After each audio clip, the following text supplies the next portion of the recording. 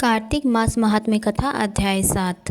नारद जी ने कहा, हे राजन, कार्तिक मास में व्रत करने वाले के नियमों को मैं संक्षेप में बतलाता हूँ, उसे आप सुनिए।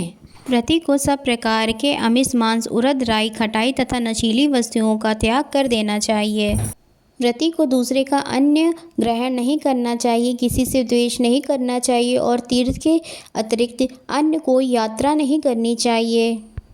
देवता, वेद, ब्राह्मण, गाय, व्रती नारी, राजा तथा गुरुजनों की निंदा भी नहीं करनी चाहिए। व्रती को दाल, तिल, पकवान व दान किया हुआ भोजन ग्रहण नहीं करना चाहिए। किसी की चुगली या निंदा भी नहीं करनी चाहिए।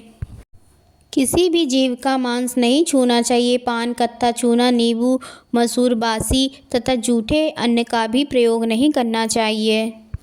गाय, बकरी तथा भैंस के अतिरिक्त किसी अन्य पशु का दूध भी नहीं पीना चाहिए।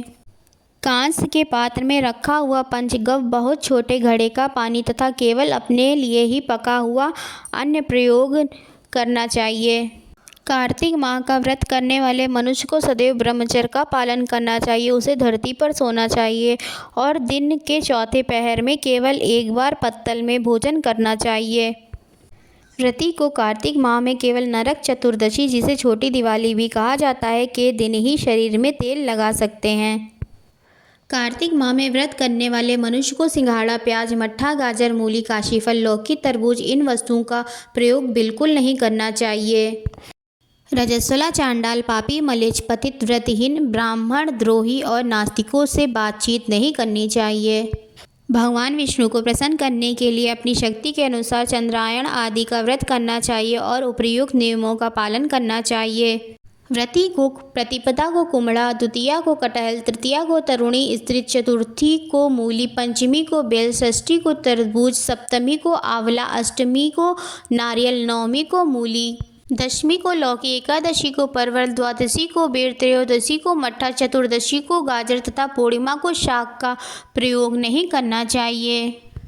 रविवार को आंवले का प्रयोग नहीं करना चाहिए। कार्तिक माह में व्रत करने वाला मनुष्य यदि इन शाकों में से किसी शाक का सेवन करना चाहे तो पहले ब्राह्मण को देकर ग्रहण करे।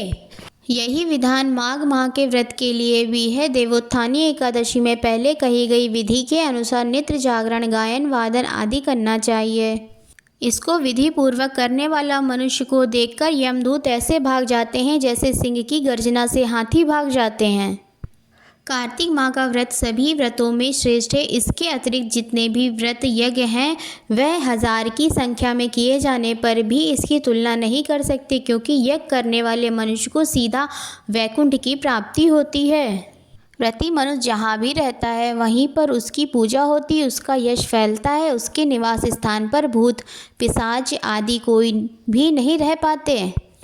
विधि पूर्वक कार्तिक माह का व्रत करने वाले मनुष्य के पुण्यों का वर्णन करने में ब्रह्मा जी भी असमर्थ हैं।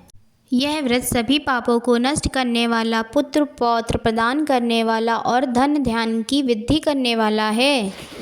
ओम नमो नारायणा, ओम नमो भगवते वासुदेवाय। आशा करती हूँ आप सभी को यह वीडियो अवश्य पसंद आई होगी। अगर आपको यह वीडियो पसंद आई है तो आप इसे लाइक करें, अपने दोस्तों के साथ इसे शेयर करें और हमारे इस चैनल को सब्सक्राइब अवश्य ही करें। राधे राधे।